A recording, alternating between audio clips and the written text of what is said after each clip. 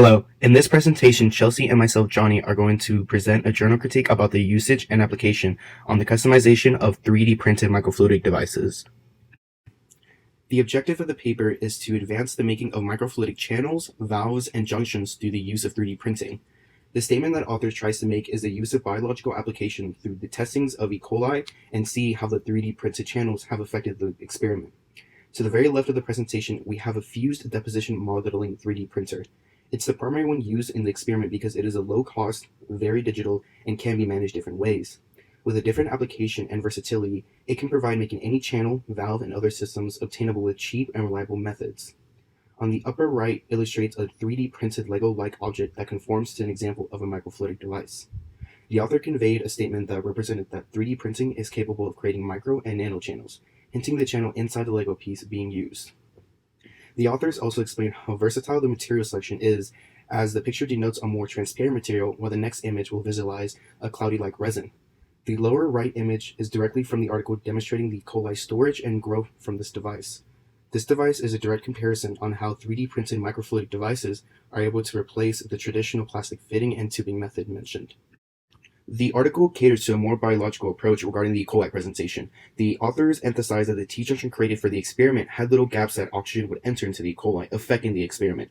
Although the authors explain a negative side that needs to be innovated on 3D printers, overall they try to persuade the researchers and users of microfluidics to use 3D printed systems.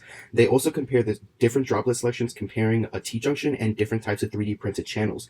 The author explained the different ways these droplet regimes can be presented to different experiments. Another application would be the pressure manipulation of a valve. The selection that explains the valve in the article depicts that 3D printed objects can be recovered 85% of what's being flowed out in a time range of a second.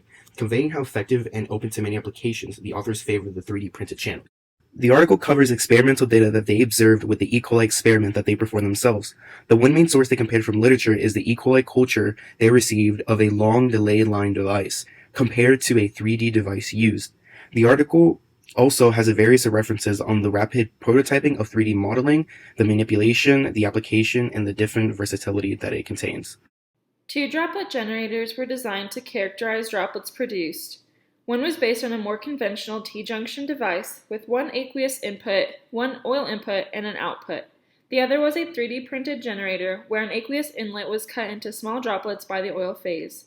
The dimensions of these devices were 800 micrometers and 1.2 millimeters for the horizontal and vertical channels. There were various variables that would determine the success of this experiment. Droplets were to be collected every 30 minutes, and the outer diameter of the microfluidic tubes were measured at 600 nanometers using a 2000 spectrophotometer. E. coli bacteria were strategically cultured in a droplet generator and reservoir. The bacteria and droplets were generated in the T-junction and stored in the integrated reservoir containing a small 3D chamber and a long delay line. In a second application, the flow could be controlled with a valve. Liquids were pumped from inlets by pressure pumps at 180 millibar. By adding a large amount of pressure, roughly 250 millibar, to the membrane from underneath, the valves were closed. Thus, relieving that pressure would cause the valve to reopen and allow the liquid streams to continue flowing. After testing commonly used thermoplastics for 3D printing, polylactic acid was found to be the best material for the droplet generator in terms of print reproducibility and reliable water and oil droplet generation. The cells inside the long delay line were grown in aerobic conditions. This could have been due to the porosity of the 3D parts.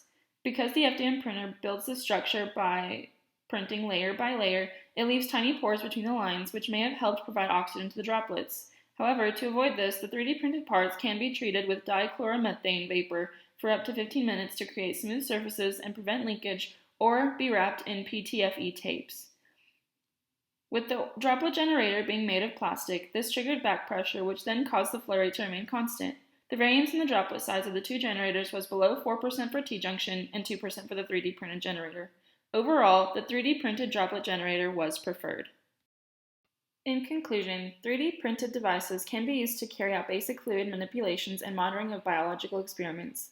The integration of monitoring devices and the construction of valve structures were possible. However, while 3D printed devices permit easy assemblies of 3D structures, the printing resolution can be relatively low. The resolution of the FDM-based printer on its own is too low for some of the biological applications due to the molten plastic leaving tiny gaps or holes between the lines, allowing oxygen to pass through the droplets. Therefore, leakage could only be prevented using extra measures such as DCM and PTFE tape.